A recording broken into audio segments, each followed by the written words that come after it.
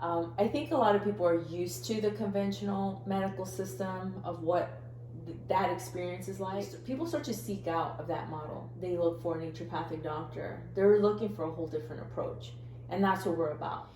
I don't think that natural medicine should be the alternative medicine. I think that should be the beginning stages of helping people. Mm-hmm. We start with the least invasive and we work our way up from there. 2020 made it very demoralizing for people that they felt they had the need to share their medical history or their decisions on medical treatment. You don't have to share your medical history with just anyone. Right. No one has a right to tell you, we're going to go there. No one has a right to ask you, did you get your COVID vaccine? So I always start with explaining how I work different than conventional doctors, and I explain the different paradigms. So a conventional medical doctor, they need to see 20, 30 plus people a day and give you much time to interact for them to understand and give you the proper recommendations.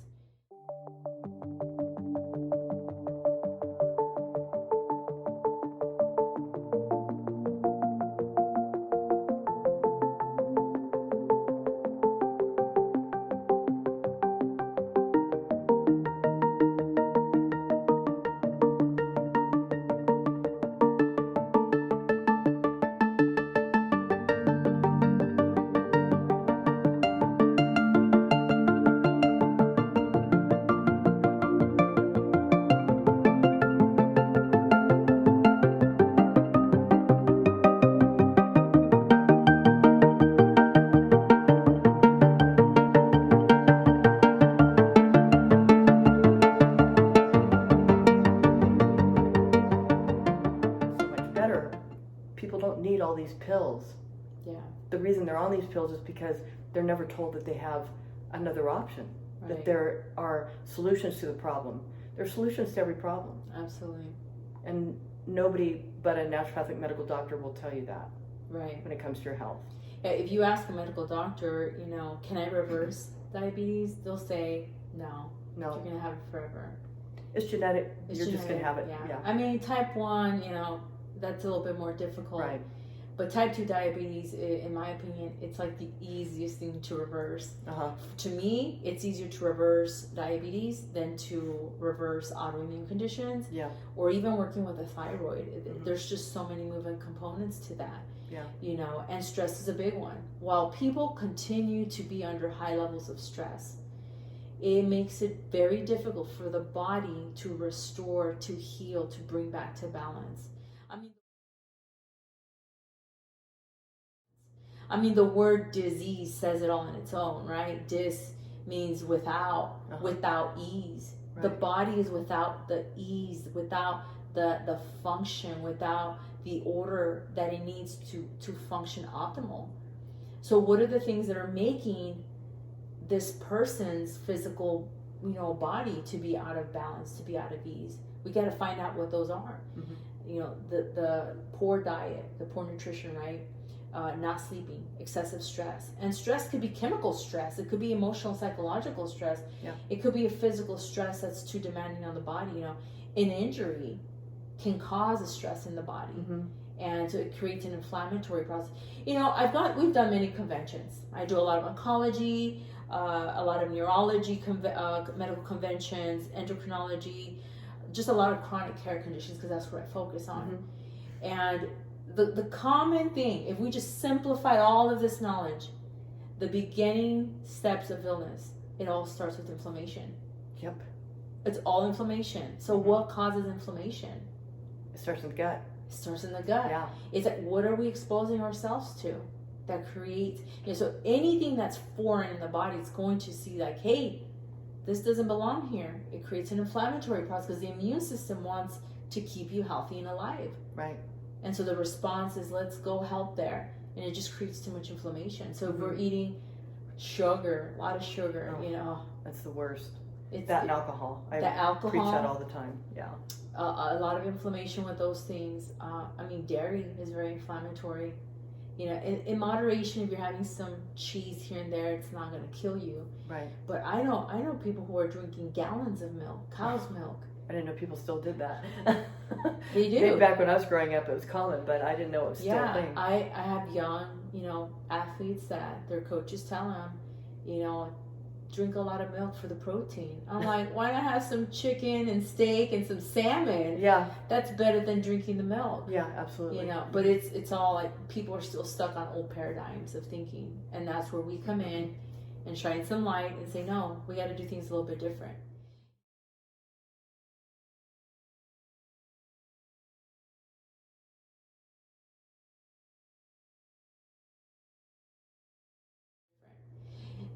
The way people are growing up right now, it's not the way that 50, 60, 70-year-olds grew up. No, not at all. Not. So we cannot treat the prevention side of things. We have to take a different approach. Mm-hmm. We have to be mindful that the environment that we're all growing up right now, it's a lot more toxic than it was 50, 75 years ago. Yeah, there's a lot of teaching that goes into helping people understand what they need to do.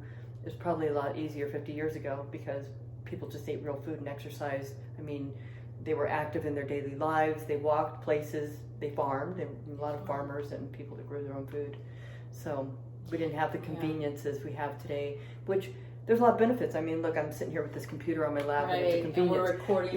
We're recording, that's a convenience, but at the same time, we can't just sit all day in front of a computer and expect not to have ill health.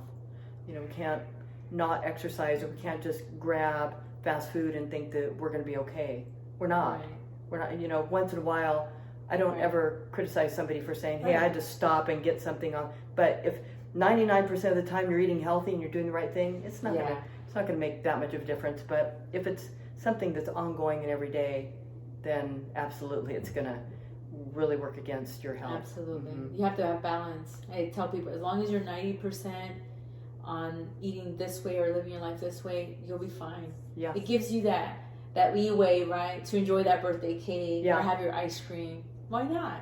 We're here to live and enjoy life too. Absolutely. I want to make sure that people are never super stressed about their lifestyle, their diet, because it's counterintuitive. Right. It's counterproductive for you to have this chronic stress and be crazy about, does that have gluten? Does this have this? Okay. Like, that's like almost on the level of mental illness. It becomes very mentally toxic. Yeah. And I tell my patients, I'm a good balance between a naturopathic doctor and a conventional medical doctor. Absolutely. Because I worked in the conventional medical arena as a nurse for 17 years, so I know both sides, and we were on the front lines with the patient. The doctor, it got to the point where the doctor trusted myself and the group that I worked with on this one unit in a hospital that I worked in, where they'd say, well, what do you want to do? This is what I want to do. Okay, do it. They would just trust our diagnosis and treatment approach. And but on the other hand, it was a revolving door of sick care. Nobody was getting better. People were coming back sicker, and it was discouraging, especially knowing that my ultimate goal was medicine. I didn't know if I wanted to be a medical doctor after that. So, and everybody's journey is different, how we discovered naturopathic medicine. I'd love to interview everybody that we went to school with and say, how did you get here? What brought you to this point? Because there were other options. I could be an orthopedic surgeon right now making $500,000 a year easily, but that's not the route I took. And why? Why did I not choose that? Why did you not choose that? Yeah, well, long story short, I was living in Portland at the time that I was considering my next move. My kids were grown. My goal in getting to medical school was delayed because I ended up a single parent raising my kids. And I wasn't going to go to medical school while they were young because I didn't have a support system. So once they were grown and on their own, it was my turn. And so after my experience of working as a nurse, I was like, I don't know if I still want to be a doctor. I see what happens to patients. They're not getting better. I just don't see throwing drugs at everything and calling it good, calling it a day, and justify getting paid for that.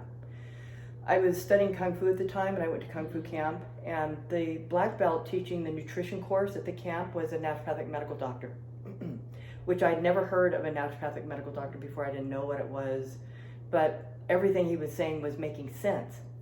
So, long story short, I started looking into it, and that's how I chose naturopathic medicine. And I had started school at NCNM, which is now NUNM. Couldn't take the weather in Portland anymore, so I transferred to SCNM, and that's how we became connected. But it was like my destiny, because they had the PCR, the PRC, the Pain Resource Center, and I knew that I wanted to go into sports medicine and work in that arena, so it was just right where I needed to be. And besides, the culture at NCNM wasn't jiving with my groove at all. Yeah. You know, it just, nothing wrong with those people and how they are, but they were a little more hippy-dippy than I'm, a little more analytical and maybe a little more conventional in my thinking, but I still want to heal the body and, you know, get people better. So, so that's why I ended up where I ended up, and no complaints at all. Yeah. Wow. I'm getting people better. Yeah. You know, and there's really no price that somebody could pay for that. Yeah. What are some of the like extreme cases that you've seen that people have gotten healed from? As a doctor? In what you do? Well, I did have a patient where we detected cancer on a screening exam, and it was hard for her, and it had already metastasized. We found out it had already metastasized because I sent her for an ultrasound, and it was already in the lymph nodes, but we caught it early enough. I was so glad about that. In fact, she was glad about that, because what would have happened, was seeing, and I'm not against MDs either. Yeah. There is a time and place. There's a lot of really good MD medical doctors out there that are doing good for this world. It's just that MDs don't belong in the front line of medicine. They don't.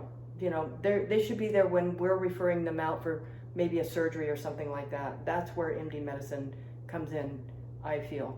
Trauma, you know, like a car accident, something like that, where somebody needs brain surgery or a leg broke and they need surgery, something like that. Or when patients get to the point where they haven't cared for themselves over a lifetime, they need some kind of surgery to, you know, to help them. But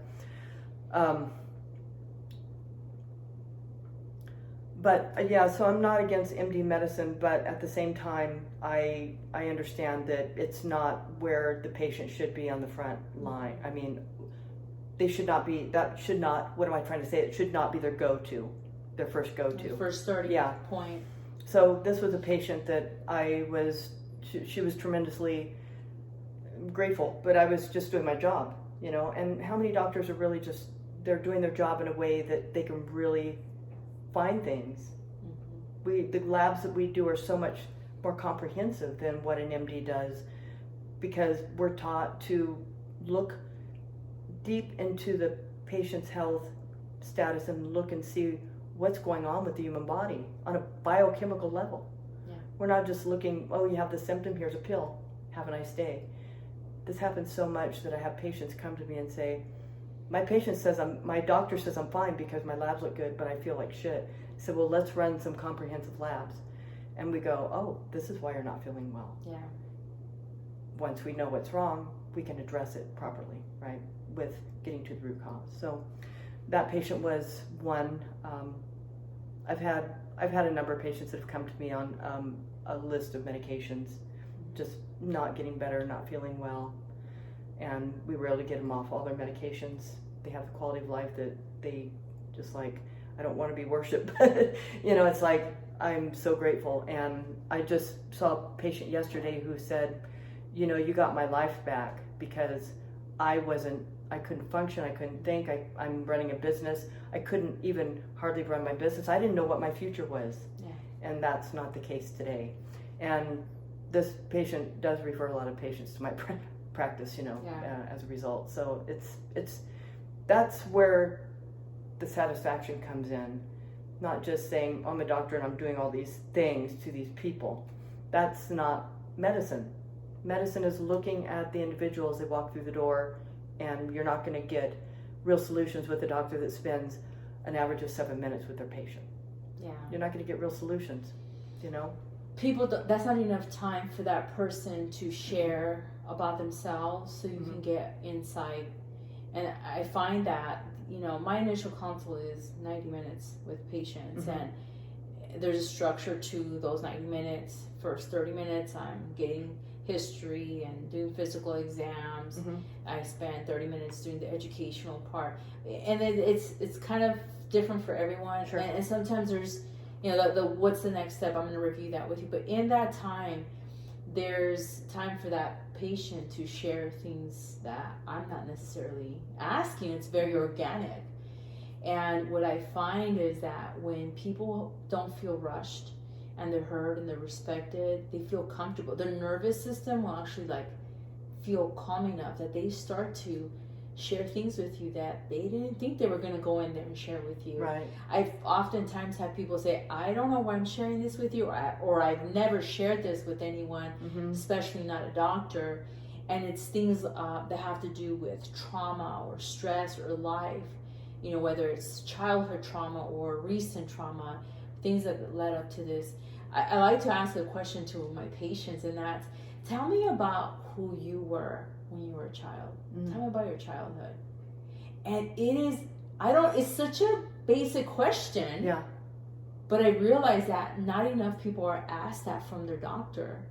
So every single time I ask that question, there's this reaction they have.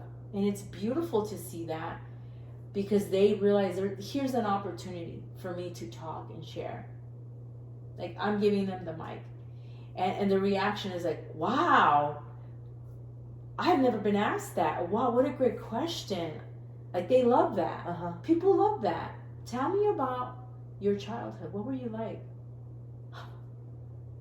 And I can see that there's almost, in some people, there's tears. Because they mentally go back to that point, wherever they need to go. I'm not telling them to tell me what you were like at 5 years old or 10.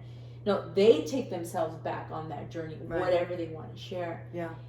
That information to me, it's so critical. It's sometimes even more important than what are you eating. Yeah, because it makes me understand their world and what their life has been leading up to this point. And the subconscious programs have everything to do with everything. How you turn out. This helps us. We want to treat the root cause. Well, there's a reason why the person with diabetes has diabetes. It's not just they're making poor choices of eating. It's a stress response. For some people, it's an emotional response. It might be the mindset. They might be going into avoidance of dealing with the issue, so they turn to food for comfort. It could be so many different things. So it's understanding the patterns. And what I find, it's oh wait, if this person who is 40 years old sitting before me was deprived of food when they were kids, they didn't have food, they didn't know when their next meal was going to come. Do you think that could potentially impact their decisions throughout life and how they eat now? Absolutely. Yeah. The problem is they're disconnected from that. They're not piecing things together. I tell my patients, I collect the pieces of the puzzle of your life. Whatever you share on your intake forms, and it's very in-depth. Yeah. Whatever you're sharing with me, your visits, whatever labs, imaging, diagnostics that we do, all of those are pieces of information. And we're not going to get all the pieces in one visit. It's a process. Absolutely, yeah. And so the more comfortable they are willing to be with us, the more pieces we can get together and do that. How can you compare this to conventional medicine? Do you want it's to not even apples and oranges. It's not even apples and oranges. It's not even rocks it's and not apples. Fair. You It's not fair to us as naturopaths. It's not fair to the medical doctor to compare us. Right. We're in completely two different paradigms. Paradigms are this world that we live in are two different systems. And so that's where I try to really explain to people, you're comparing us to something that it's not comparable, because you're getting a therapist, a doctor, an educator, an advocate. You're getting a lot of things in one. And somebody who truly cares about your health. Exactly. So the relationship, we're gonna go back to relationship. it's different. Yeah. We don't do transactions. We do relationships.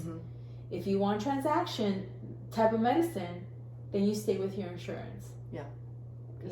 They're good at that. And that's okay. There is a time and place for that.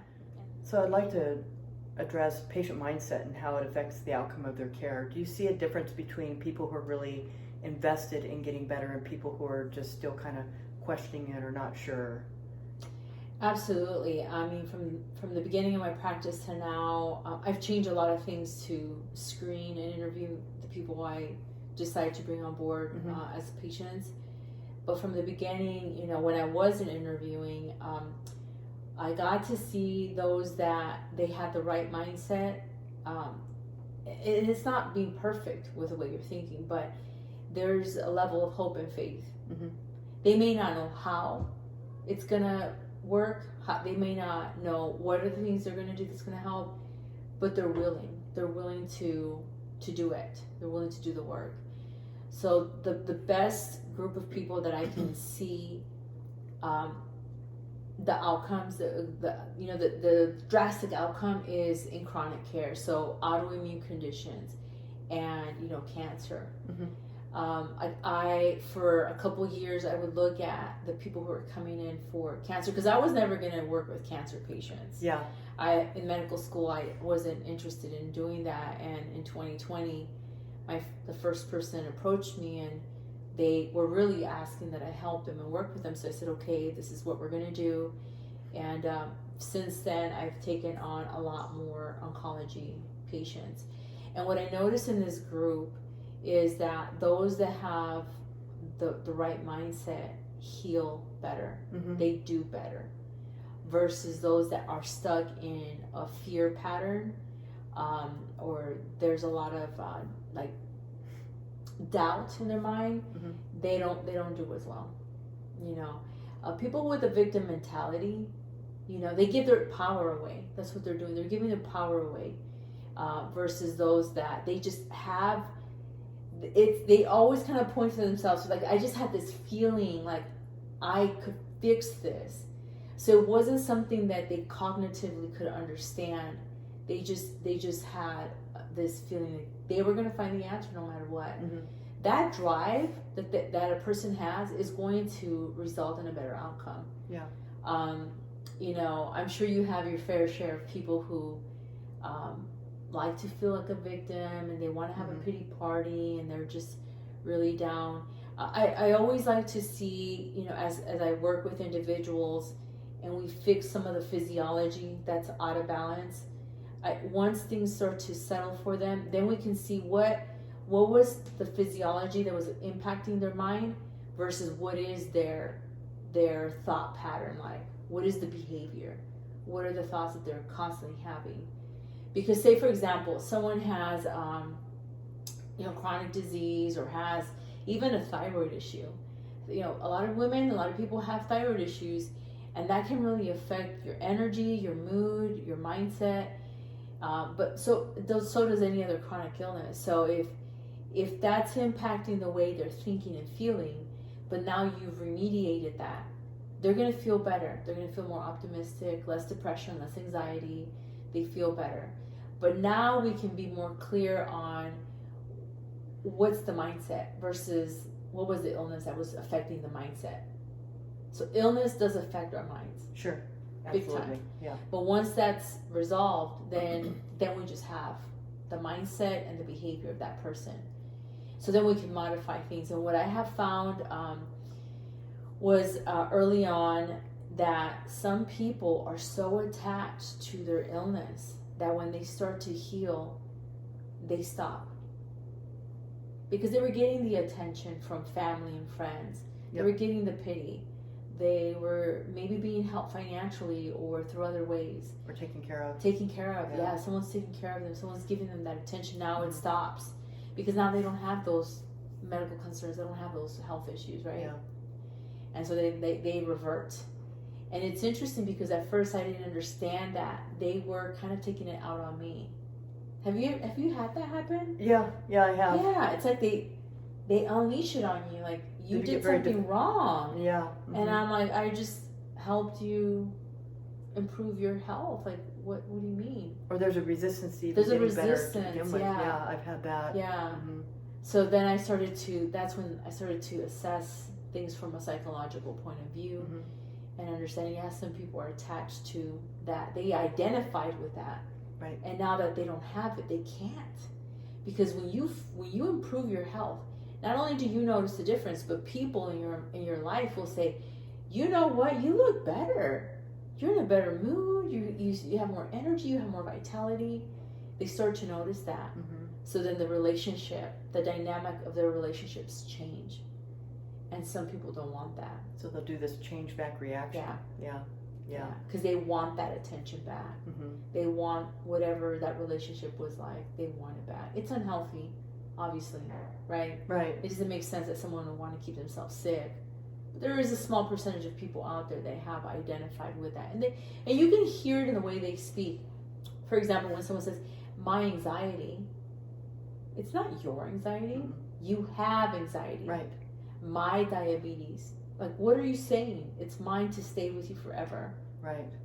Do you really want that to stay with you forever? Yeah. And diabetes is a slow killer. Yeah. You don't have a quality of life that versus if you didn't have it, right? And so I start to correct people. Right as they say it, I'll correct them. It's not yours. You have diabetes. Right. You have anxiety. But it doesn't have to be permanent. It's not permanent. It's not who you are. Yeah. You were not born with anxiety.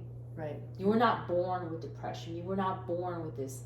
I mean, there are some people who have genetic, Which are issues, rare. and that Very are rare. born. That's different.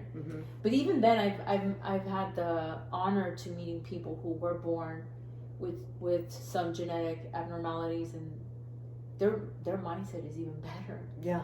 I feel like, wow, the resiliency, the positive outcome that they have about life, despite this disability, right? Despite this genetic disorder they still have a positive mindset. And that, to me, I'm fascinated about that. I'm fascinated to learn from people like that. How did they do that? Makes you think, huh? It makes you think a lot. Yeah. Like, how did they get to this? Like some of these really sick kids. Yeah. They're just happy. They're happy. They don't let this situation, deter them from having joy. Right. Yeah. And so do you feel that it's important to address mind and body together with the patient? Absolutely. Yeah, because if you're, whatever you're thinking, once again, whatever you're thinking that's what you're going to manifest. And so if we start off on a positive note, and be realistic too. I mean, Yeah. I always tell people, like, I don't make any promises or guarantees. The promise I make is that I'm going to show up and do my part. And so you show up and do your part, and then let faith carry it forward. But yeah, you have to address the mindset, with every person, regardless of what it is. Even sometimes I have people who are just coming in for the mental health aspect, but they're physically having symptoms, but it's because of their mental health. Yeah. So then I know, okay, we got to first, let's tonify the nervous system, throw some supplements and herbs that are going to help tonify that. I do some other therapies that are hands-on healing therapies, like craniosacral therapy. Oh, yeah. I'll have them lay down, do the therapy, and most of the time, all the time actually, they say, I feel lighter, I feel like this weight came off of me, they feel peaceful, they feel relaxed. And so that's just the beginning process of helping their nervous system to slow down, stop being in fight or flight mode, right? Right. And then they see that the body will follow. They're not having the physical reactions. But of course, we have to make sure that there isn't any, that there isn't a medical condition that's causing the anxiety and the depression. Sure. Because someone was vitamin D deficient, that's going to make you feel lethargic and depressed. No, iron deficency, very common that I see. What do they experience? They feel shortness of breath and palpitations and lightheaded, and they think that it's anxiety. It's low iron. Right. So we get their iron levels up, and guess what? All of those symptoms are gone. Now, do you still have anxiety? No? Good. Then it was never anxiety. It was this deficiency you had, or this excess thing that was going on. Now we can tell what's physical, what's mental. Yeah. And if it is a mental situation, then that's when we gotta go down the rabbit hole. Mm-hmm. When did this start? What's going on? Are you able to get patients to, for example, meditation? I talk about Dr. Joe Dispenza a lot. Yes, I love him. Yeah, and I talk about him to my patients because I don't have time to sit down and teach people to meditate, and even though we spend a lot more time with our patients, it still ends up being a short amount of time. So I'll say, here's a link. Watch some of his YouTube videos. I want you to learn to meditate. And have you ever encouraged your patients to meditate? And how many? Absolutely. What percentage would you say follow through with meditation? That's the part, is those that follow through versus those that don't. Mm-hmm. I always set them up that, when you first start to meditate, it might be a little frustrating. Be gentle with yourself. Keep doing it. Mm-hmm. I had the same, in my journey when I was diagnosed with illness. That's what I turned to, actually, was meditation. Yeah. Oh. And I hated it. I was frustrated and angry at first because I couldn't shut my mind off. I couldn't get it to slow. But I knew that was part of the process. So then over time, I mastered it. Mm-hmm. Now I can be in a busy, mall or busy anywhere, and I can close my eyes. And I let all the noise out here be white noise to me, and I can go into this meditative state and be in peace. Mm-hmm. That took years. So, but I share that to give people hope that you may feel frustrated. Here's that. I do reference to Dr. Joe Dispenza. I'm a fan of his work. I think he makes this information understandable, mm-hmm. easy for most people to understand. And so they get really excited to understand their minds and the benefits of meditation. So either reference to other meditations or some guided meditations that sometimes I'll send them. Yeah. I do pranic healing, which a lot of it is meditation and some energy work. I'll reference to some of their site, like here's this meditation. For example, if there's specific meditations for different things. If this person is telling me there's a lot of pain because of issues, if someone did something to them or several people, so there's forgiveness. Mm-hmm. There's power. There's a lot of power in forgiveness. See, forgiveness is for you. It's to free yourself of that pain and burden and resent. Because if we don't forgive, and it's not to excuse the poor behavior of those people. Absolutely right. It's poison. It's toxic to us, physically, mentally, emotionally. It holds us back. And so we can't move forward until we fully let those things go. And like I said, it's not to excuse someone's poor behavior, right? Or hurtful behavior. It's to free ourselves from that. Mm-hmm. It already happened. And we don't need to be poisoned by what. No, I tell people. I know this is disgusting, but I tell people, when you go to the bathroom and take a shit, you don't look at it and then say, I'm gonna take this out and put it in my bag, and I'm gonna carry it later. Mm-hmm. You don't do that. No. And you don't go picking up all your stool. Human being does that anyway. No one in the right mind does that, right? Because then you start accumulating this waste with you, and you carry it out everywhere in life. Mm-hmm. And over time, this burden becomes heavy in the physical body, in the mind, in the emotions, and we carry this burden. And we should have let it go, right? But no one teaches us, how do we let go of the trauma? How do we emotionally let that go? And I'm not gonna make it seem like it's easy, because it's not. Right. Someone who's a sensitive topic here. Someone who has experienced rape or molestation, especially at a young age or at any age, especially if it's reoccurring, it's challenging. It is very challenging for them to release that. Mm-hmm. And so it's a process, but someone needs to guide them in that process so they can move on and physically not react to everything in their life and their environment. And they deserve that. And that's part of the mindset, like letting them know, like, you deserve to be free of that. This was hurtful. It should have never happened, but you deserve to move past that point of pain. You deserve to be free and liberated from that. What can we learn from this? How can we change this, transform the situation around for you? And everyone's story is different, and everyone's approach to healing from that is different. So we got to find what tools. Meditation is one of them, because it's quieting the mind, mm-hmm. and the body's going to follow what's going on up in the mind. Yeah. So it brings everything into a sympathetic, parasympathetic parasympathetic state.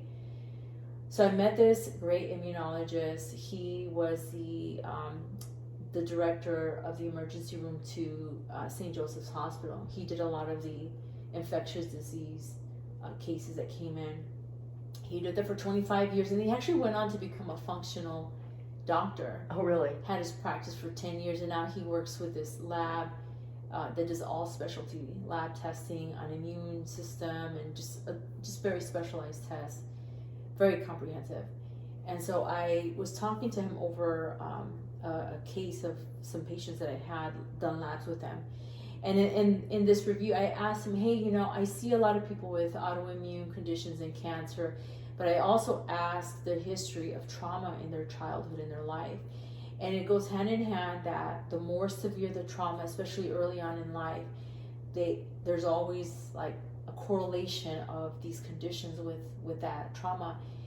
And I said, do you have any reference material, anything where it's explaining what's going on with the nervous system and the immune system? Because I know that disease starts in the nervous system, right? The nervous system is scanning. Are we safe right now? Is it good? Are we safe? If it's not safe, then we know, okay, we got to fight, we got to run, or we sometimes have to freeze. We have to pretend like we're not here right now so we can be safe. Or we're safe and we're relaxed. Or our bodies are designed to operate in a relaxed state. Most people are not. They're in fight or flight or freeze, or a variation of those, right? And it's that chronic stress that is going to affect the physiology. There is a physiological effect. We know that. Yes. I don't understand why other doctors don't understand this, right? So if you're constant in high stress, what are we producing? We're producing tons of cortisol. Is cortisol going to have an impact on other hormones and our immune system? Absolutely.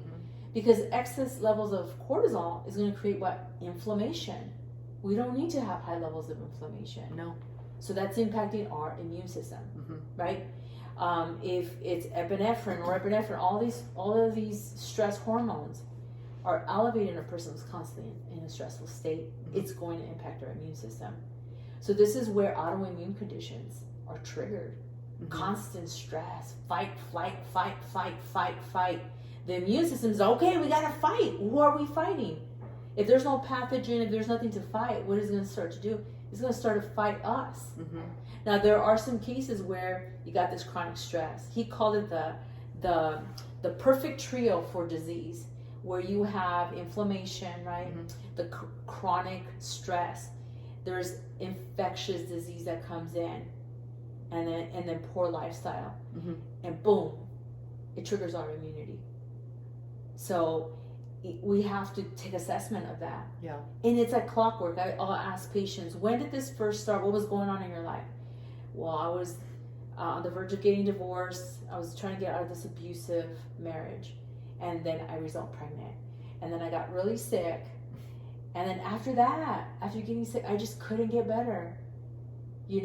So it's the perfect storm of autoimmune and chronic diseases. These life events will affect the physiology in our body, the chemical responses, and it's going to have our immune system respond differently.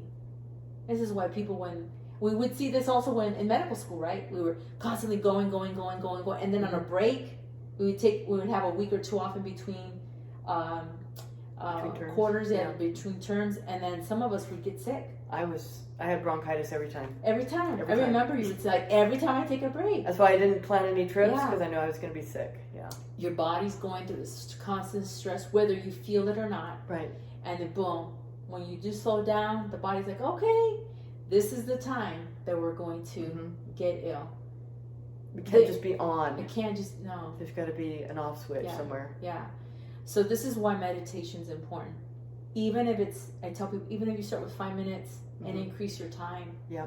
You don't have to, people get in their mind like meditation, I have to do this for an hour. No. Start with 5 minutes. Increase it 5 minutes every time. If you're doing 15, 20, 30 minutes, depending what your needs are. Yeah. The good times that I like to meditate is right before going to bed and when I wake up. Or if throughout my day, if I feel like, okay, I just went through so much this morning, I just need a little time to unplug.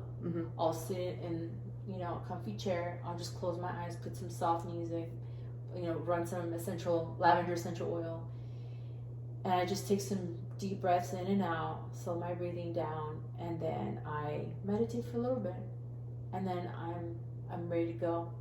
You know, I get in a meditative state really fast, so then I'm too relaxed, and I don't want to be too relaxed in the day. Right. But when I go to bed and when I wake up, those are good times to do it. So pick a time, maybe before you go to bed, and you can just doze right off. But I will tell people, don't lay down when you meditate. Sit up. Otherwise, you will fall asleep. You will fall asleep. Unless you want to do some kind of subliminal stuff, like hypnotherapy. Right. There's like hypnotherapy that is very effective, and I actually experienced that this year. I hired someone. I want to see what this is like, and wow, it's almost like instantly. I'm not thinking about it. You see, our conscious mind, which is the prefrontal cortex of our brain, it's always thinking consciously, right? Analytical thinking. It's always on in the daytime. We do a lot of that, you know, as business owners, as doctors, right? Always doing analytical thinking. But the subconscious mind, which is back behind our brain, that subconscious mind, that's where all the programming is at. So the first 7 years of our life, everything we see, everything we hear, whether it's about us or not, we start to take these programs in from the world, from our parents, from family, from schools. We start to take all this in, and we make that a program. That's a reality. You know, if you grew up in an environment where women get married, have kids, and stay home, then that's a program that you may have in your mind. That's not you, and that's not for everyone. Right. Let's just be realistic. It's not. So you have all these programs about money, about health, about relationships, about food, about everything. Yeah. And some of those things we are consciously aware, and most of them we're not. So sometimes we get to a point in life that we think, why do I have that behavior or that thought? Why can't I get past this barrier? I feel like I'm stuck. Most likely it's a program that's in your subconscious mind that you're not aware of. Right. And it's not even yours. And so as you know, as doctors, as business owners, you know, I have come across some of those, like, why am I stuck here? Why am I resistant to grow bigger? Why do I want to stay small? That's not me. That's a program. Right. That's a mindset that isn't mine. And I had to identify it and work through it. And that's where the hypnotherapy was really helpful for me. Yeah. To free myself. I don't even want to understand it. Let's just let it go. Yeah, exactly. Let's just let it go. I don't have time. It has its place, but it's not. Yeah, and sometimes there isn't. Like, right. I don't need to understand the ins and outs of why and where did it come from and who said it. I don't care. Yeah. Let's just get it out of there. That's where I'm at right now in my current life, in my mindset as a business owner, as a doctor, as a mother, as a wife. I don't want to look at the problem. I want to focus on the solution. Yeah. And if you have that mindset, you're more able to work through your challenges because you're focused on the solution, regardless of what the problem is. Yeah. You know, there's sometimes you might want to identify that, but not all the time. We can't look at every single part of our life and try to psychoanalyze that. And I agree, it's important to identify the problem, but not focus on it. Don't focus on it. Okay, that's the problem. Okay, what's the solution? Yeah. Move right into solution mode. Yeah. That's where we get better. Absolutely. There's so many people, and I've known them personally that have done years of talk therapy, and they're no better. They just keep reliving their trauma, whatever, and it's like, this isn't helping you. Yeah. Can you see that? Trauma, working and healing through trauma is something that I've gotten to be very passionate about in the last several years because of so much that I've seen and the work that I've done, and I've continued to train in that area about being trauma informed and how to heal. A lot of the solutions for that, it's now body based work, because I've had several patients. Actually, I have like 3 clinics in town that are referring patients to me. And at first I was like, why are these counselors, therapists referring to me? And I had to do some little work to figure out how that happened. But it was a patient that came to see me first. And I worked with her, and she improved, got better. She went back and told her therapist how much better, and, you know, kind of going over her progress. And then she was discharged as a patient, like, well, we don't need to see you anymore. And so that therapist started to refer people to me. Go see this naturopath. And it was really neat, you know, and then it just kind of spread from there. Like, why? I mean, it's great, don't get me wrong, but I was curious, like, what is initiating this response? And you want to think, isn't that working against her business? Yeah, but here's the thing is, and I respect, you know, them a lot, because these therapists got to a point where we're not going anywhere with this. Mm-hmm. They need something else. Go see this doctor. That she's been able to help people do that. Mm-hmm. And I'm not just saying, I'm not the only one. There's many other naturopaths and other practitioners who are having the results, doing things different. But it's body based. So emotions, our body does store emotions and memories. Absolutely, yeah. You know, and so and it has to do with the way our brain is wired and the body's response, the nervous system response. And so we could do all the talk therapy, but the body hasn't released those emotions yet. Right. It hasn't let go of that. So when I'm doing craniosacral therapy, which is a very light touch manual therapy, mm-hmm. they're laying on a table, fully clothed. It's not a massage. I'm assessing the rhythms of the body. And it tells me information of the nervous system, the cerebral spinal fluid, how it's circulating. And I know where there's restrictions and fascia and the structures. I start off with the head, mm-hmm. and I start to do different release work on the cranium. But I work through the spine, through the different, anatomical locations, mm-hmm. the sacrum. There's a really nice hold where I have my hand on the sacrum and on the occiput of the head. Uh-huh. And there's like a flow where the vertebra, it moves. It's moving. Uh-huh. And I facilitate anything there's a restriction in that area, from the sacrum to the head. We release those, restrictions. Mm-hmm. At the end of the therapy, they fall asleep right away most of the time. Uh-huh. But sometimes there is an emotional release. I don't know what it is. I didn't ask them what it was, and sometimes they don't even know why they're crying, or why they're having these feelings. And so I facilitate for them. If I'm looking at my patient and I see that they're very emotional, I could feel like a pent up energy in their body, and I see their response, and so I'll let them know, like, it's okay, just breathe through it and let it go. Just let it go. You're safe. Let it go. I don't know what's going on in their mind. They may. And you don't even have to know. I don't even have to know. Right. They don't even have to talk about it. Mm-hmm. I've helped women who've had miscarriages, have had traumatic births, traumatic sexual experience, trauma. Uh-huh. And so I facilitate that for them to release this from their wombs and their hearts and their bodies. And they have a strong emotional response and they're crying. And I stay with them. I guide them until there's that peace in their body and their mm-hmm. being. They're in the peaceful state now, resting. Afterwards, I take the time, even if it means running a little bit late with my next patient. So I usually schedule these at the end of the day. Sure. So I'm not in a hurry. Mm-hmm. But I ask him, are you okay? How do you feel? Like, we're not in a rush. I don't want them to feel shame of what happened. Mm-hmm. I don't want them to be embarrassed. What you did was beautiful. You released something out of your body that needed to go. Like, you detoxified something so big. And they're very grateful. A lot of the women will say, I feel lighter. I feel like this heaviness was pulled out of me, and I feel like there's more light inside of me. These are not like hokey pokey, right. hippie people. Not at all. Right. Remember, they've been through the ringer with the conventional medicine. Yeah. But they're saying they feel more light inside of them. Mm-hmm. That they feel physically, mentally lighter. They feel more at peace. They feel joy. And so I always say, it's not what I did. It's what your body did. So it's because, once again, we don't want to be put on a pedestal and look like a god, right? Like they can't, everything they have to experience, they have to come to us. We empower them with their health. Yes. Yeah. We're guides to them. We help facilitate that, and that's all I am. I facilitated something that I felt in your body, and I helped you get through that, like a doula. Yeah. Right. A doula. What are they called? Not the doulas, but the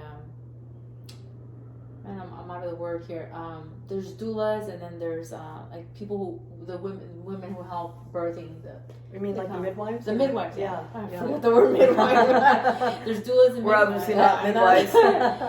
Well, there's such a growth in Arizona of doulas and midwives. You know. Is there? Yeah, especially in the last 3 years, more women wanted to birth at home. Yeah. Like I'm in a not going to the birthing hospital. center. Yeah, like forget that. Yeah. And I understand, you know, that whole process is looked at as a medical process and not as a process of giving life, and it's just not set up. Also, we could do a whole talk on that, but we won't. Right. But you know, but yeah, it's you are facilitating that process, helping them be comfortable in that experience, but they're the ones that are doing the work. Mm-hmm. The mother is the one who's giving birth, going through the pain.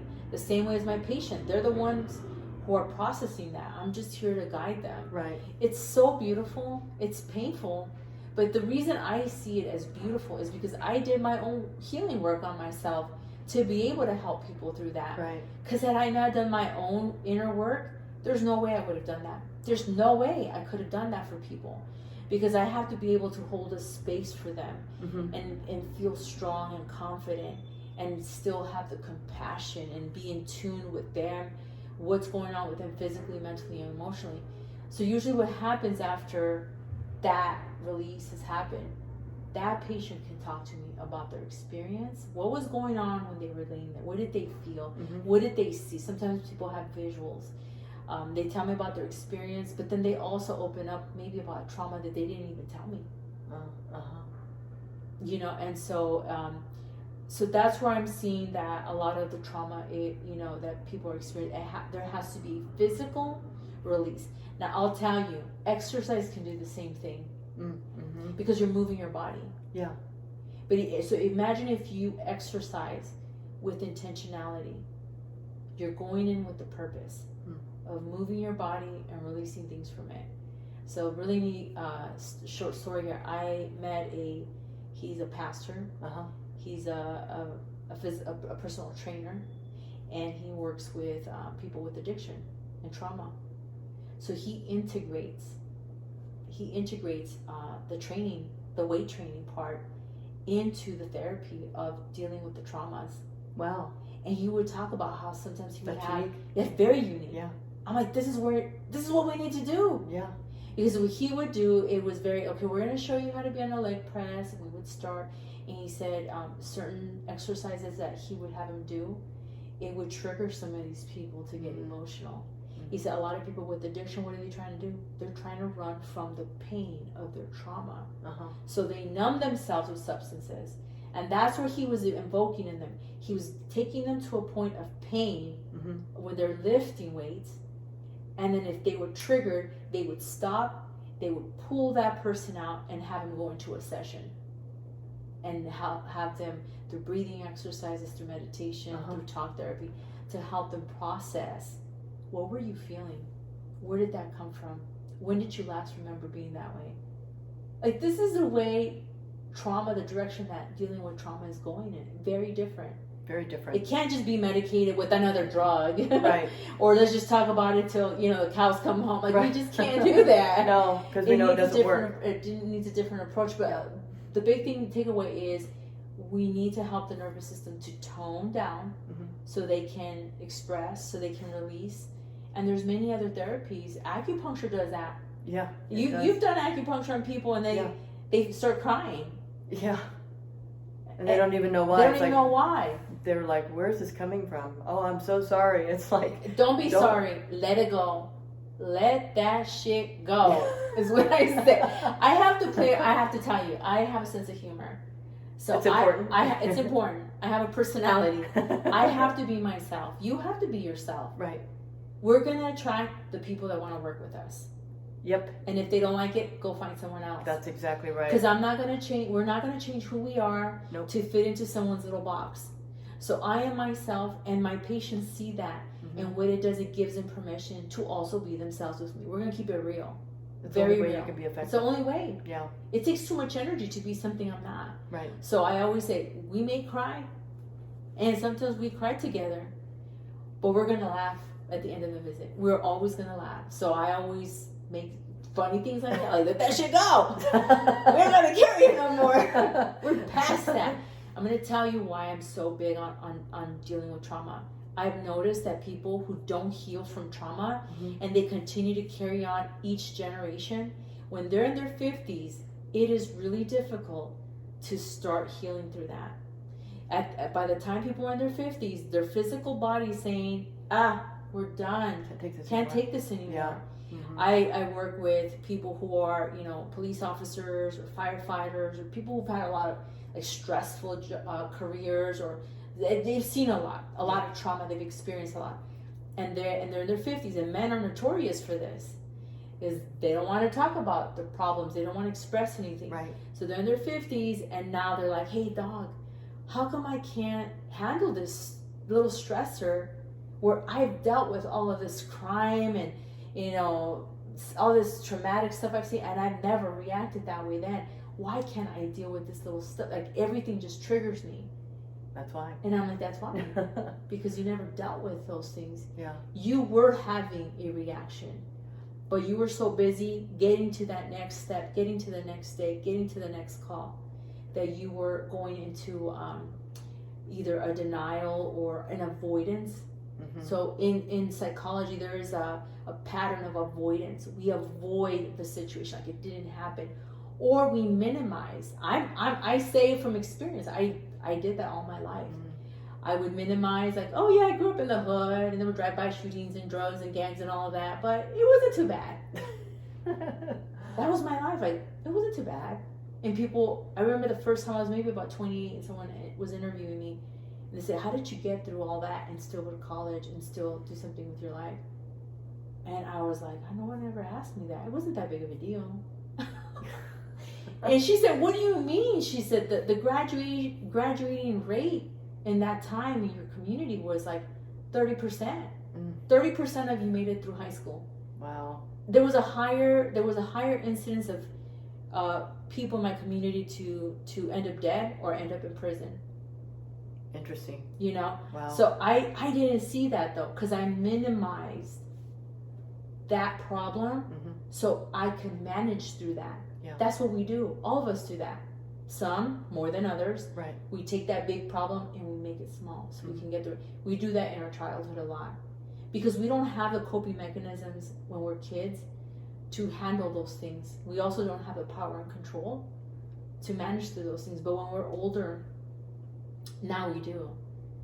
And then if we continue to sweep more problems under the rug instead of cleaning out the issue, then when we're older in life, we have our rug that's a mountain of problems and we can't handle it anymore. And that's why the body and the mind start to do its own thing. Fizz out. Yeah, it's tired. Yeah. So I really tell young people, like, let's deal with the trauma. When you deal with the trauma right away, it doesn't stick around. And I know this from experience. When I was in medical school, I was leaving a minor surgery class, and I was on my way home. I was almost home, like half a mile away, and I see this vehicle that's rolled over on its side. And normally I don't stop. Something in my intuition says stop. I remember that. You remember that? Yeah, I was like, there's so many people out there. Somebody's got it. Right. But I felt like Holy Spirit was saying stop. So I did. I was kind of like upset about it. And I'm like, is there anyone in the car? And they're like, yeah, there's a man in there. And I look and I see that the side of the vehicle, it's on his neck. Oh no. And there's blood all over. And I looked at his eyes, and I've seen that look before. I've seen that look in people when they're dying. And that, like, I was not triggered. I was cool, calm, and collective. I happened to have some gloves in my scrubs. Like, I scream, like, we gotta move this truck. And now all of a sudden, all these guys come over and we're lifting this truck. I'm like, careful, don't let it fall too fast because he'll bounce in there and hit something, create more trauma. And so we got him in there. I have my gloves. And what was crazy is that I really thought I was gonna lift that truck by myself. Yeah. Like, that's what my nervous system quickly said, we gotta lift this. And sometimes people need to be the leaders, because there was a lot of people there and no one did anything. They didn't even bother to look at this man. They're just bystanders. That's what society is like. We have a lot of bystanders and not enough people willing to step up and lead and help. Yeah. Like, how inhumane is that? Did you not bother you? I mean, there was a lot of people out there, like 20 They're probably people. all scared and didn't know what to do. I mean, you know. Yeah. So we lift him up. I have my gloves. I reach in. I sit the man up, and you know, then the ambulance gets it. They get there. They attend to him. I leave because that night I was flying to Belize on a 2-week training we were gonna do out there in Belize, and so I was fine. I was like, okay, I gotta go home, wash, pack, get ready. And then that night when I was falling asleep, I could see his eyes. Oh. And every time I that's all I could see. Anytime I closed my eyes, I could see his eyes. That was ingrained in my brain. Yeah. And so then every time I drove by there, I physically was reacting. It's so connected to your soul in that moment. Yeah, absolutely. Yeah. And so every time I drove by there, I had this physical reaction now.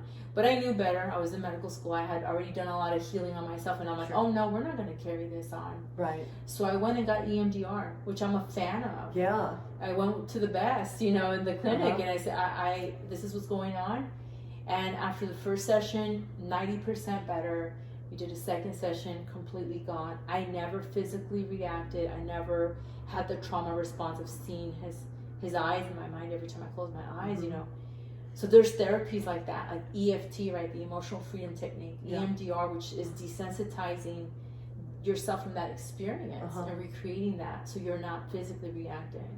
There's a craniosacral therapy, there's meditation, there's pranic healing, there is talk therapy. There are some good talk therapists, but I think there needs to be a combination of different things. Yeah. So my point with that story is that the trauma happened, I immediately got help resolved.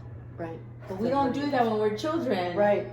We don't know. We don't know. Right. We don't know. So there's trauma, especially if you are a child that grew up in a very traumatic environment. It was constantly walking on eggshells. You didn't know what was going to happen. Yeah.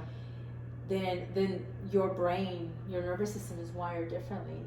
But there is hope.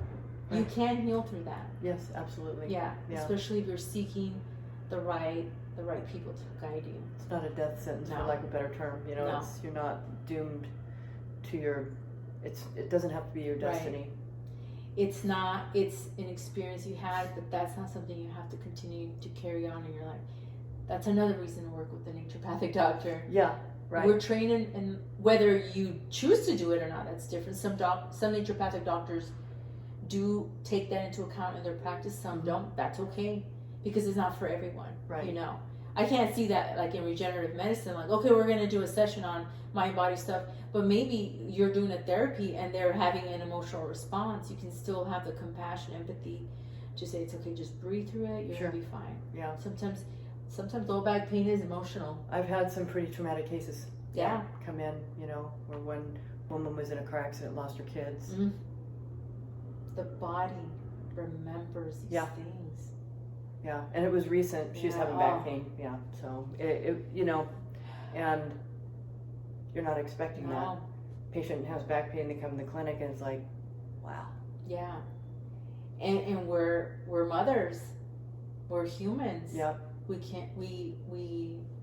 can be there for them, empathize with them, have compassion. That's what makes us different. It's hard to be. Sometimes it's hard to separate your emotion from the patient. You know, it's a tough one sometimes. It is. Yeah. And I think, from my experience, I feel like patients, when someone just shares something that with you like that, and you're not expecting it, you have an emotional response. Mm-hmm.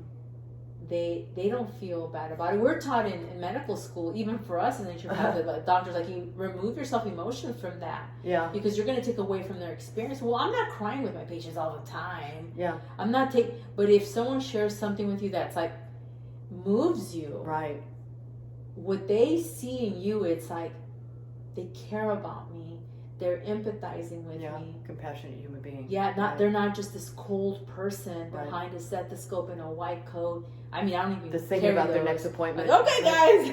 Okay, all right, so up. we'll see you next Peace month. out. Okay, like how insensitive is that? Yeah. That's why we don't work with insurance. Right. Yeah, sometimes I feel like even though we spend a little bit more time with people, like sometimes it feels like we need more, but there's always the next visit, right? Yeah, and that's what makes the difference in the outcome of care. Absolutely. They get better. Yeah.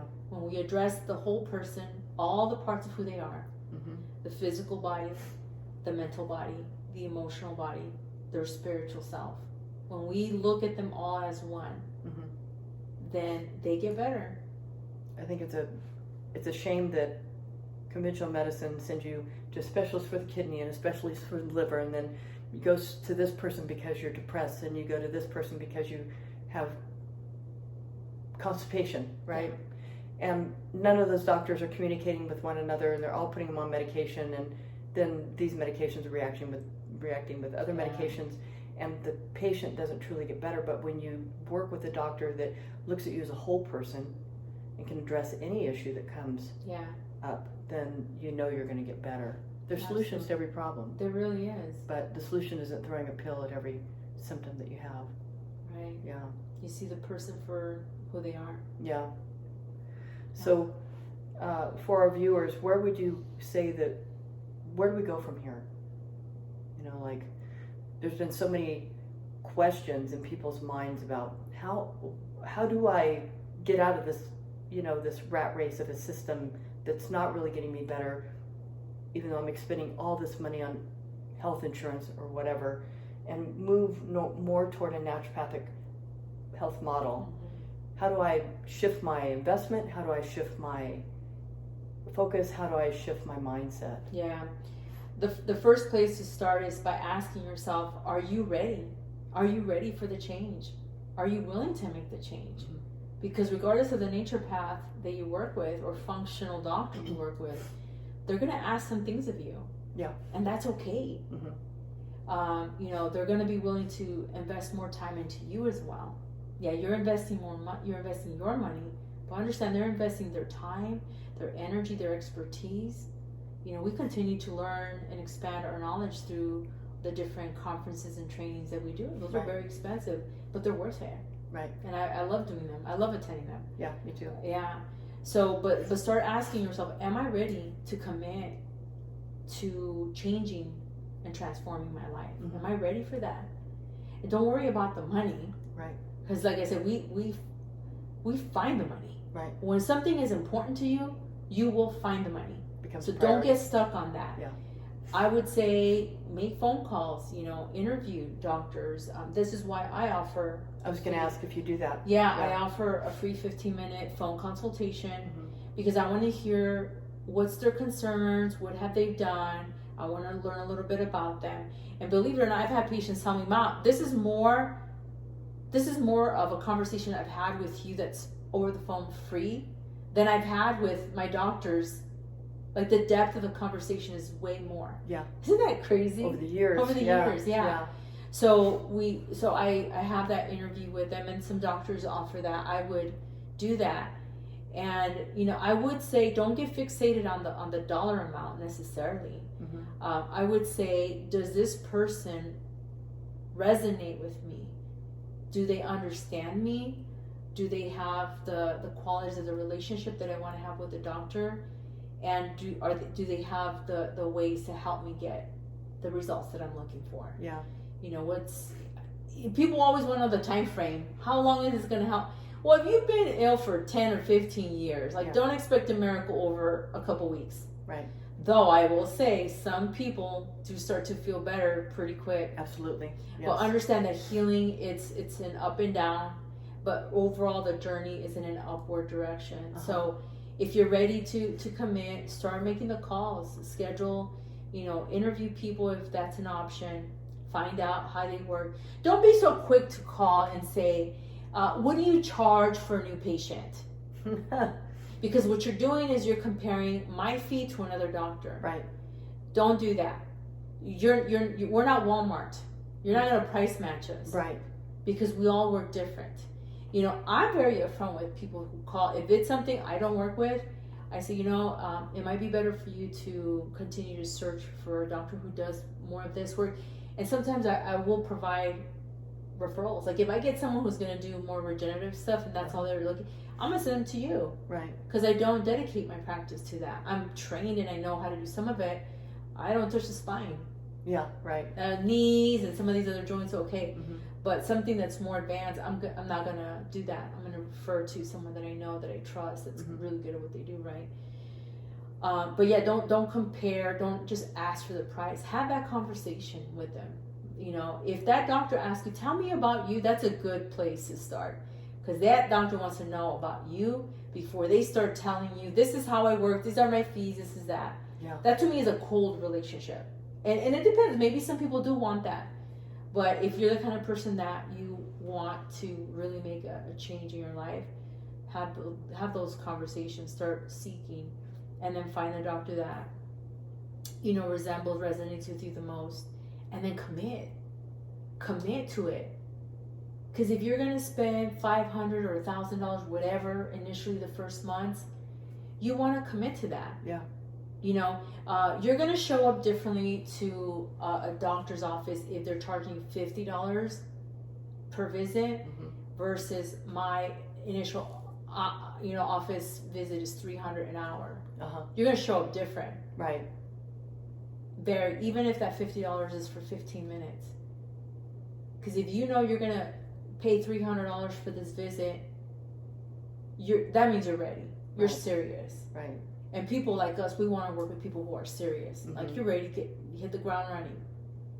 We're going to guide you through this. You know, you're tired of being sick and ill. Right. So that's where I would start, and just be open to being guided. People who are coachable, they do better. Yes. Yeah. But if you come in and you're like, well, Google, I found on Google, and they say, that's the most offensive thing you can tell a naturopathic doctor. We didn't get our degree off the internet. Look, there's so many things on Google and on the internet that's not true or is misguided. The majority of it. The majority. When it comes to medicine. You know, it's like it's like a slap in the face. You know, it's like people, have you heard of ashwagandha? I'm like, child. We learned all the botanical medicine, of course. We know about thousands of herbs. So what about it? Right. And there's other things that may work better than that. Right. Or different formulations that work better than just taking that one thing. Yeah, and let your doctor determine that. You don't determine that. Yeah. Yeah. I mean, many people are we're going to have that conversation and provide the options with our patients either way, because it is a mutual relationship. So we're going to go through those options with you. It's okay if you ask. I don't get offended by that, but don't get stuck too much on Dr. Google. Listen to what this specialist is telling you. And some patients really don't know better. And then once you show them, look, this is not where we got our education, and this is not where you're going to learn about this kind of medicine. Like, I've had patients say, or prospective patients, because I also do the free 15-minute informational. Sometimes I try to get more information. I said, no, this is just informational about what I do as a doctor. It's not about you specifically, your diagnosis or treatment. So they'll say, well, maybe they would potentially be a candidate for stem cell. They'll go, well, I'm going to go research that. I'm like, where the hell are you going to go research that? There's nowhere you're going to find this information except for here. So if you want to learn more about it, I'm happy to give you some, information. You can go to my YouTube channel. You can check out my videos. That's how you're going to get information. You're going to get information from an expert in that field. Right. It's like heart surgery. Were you going to go Google heart surgery on the internet? No, you're going to talk to a heart surgeon if that's what's indicated, or anything that is specialized like that. It's not just naturopathic medicine, it's MD medicine too. And too many people are online trying to Google their symptoms in an attempt to diagnose and treat themselves. Right. It's the worst thing that people can do. Absolutely. Because they're going to make themselves sicker. Yeah. They're looking at a small part of what's going on with them without understanding the big picture. Right. And we're trained to look at the big picture of all the different moving components. I mean, it's a lot of information we learn. Yes. It's a lot. It's more than you know. Yeah. More than most people learn in several lifetimes. Yeah. Absolutely.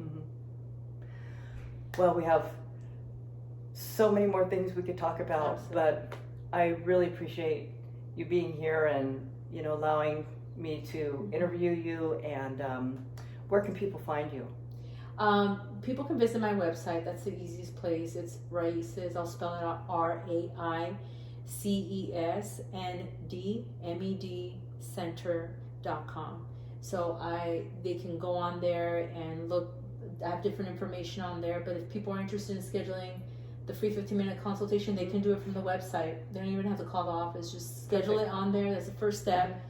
And I'll approve the appointment, and then we'll have that conversation. And I always say, if there's mutual interest of working together, we'll talk about the next step. Great. And if not, that's okay too. Yeah. I don't pressure the relationship at all. It has to be mutual. And if I'm not a good fit, I'll be the first one to say, you might want to look at these other places, but I'll still provide some direction of, maybe look here or look there. And that might be a better fit. Mm-hmm. Mm-hmm. Great. So I'm going to put Dr. Ana Laura's information in the description below, so you can have the link to her website if you'd like to contact her. And thank you so much for joining us. Thank you for having me.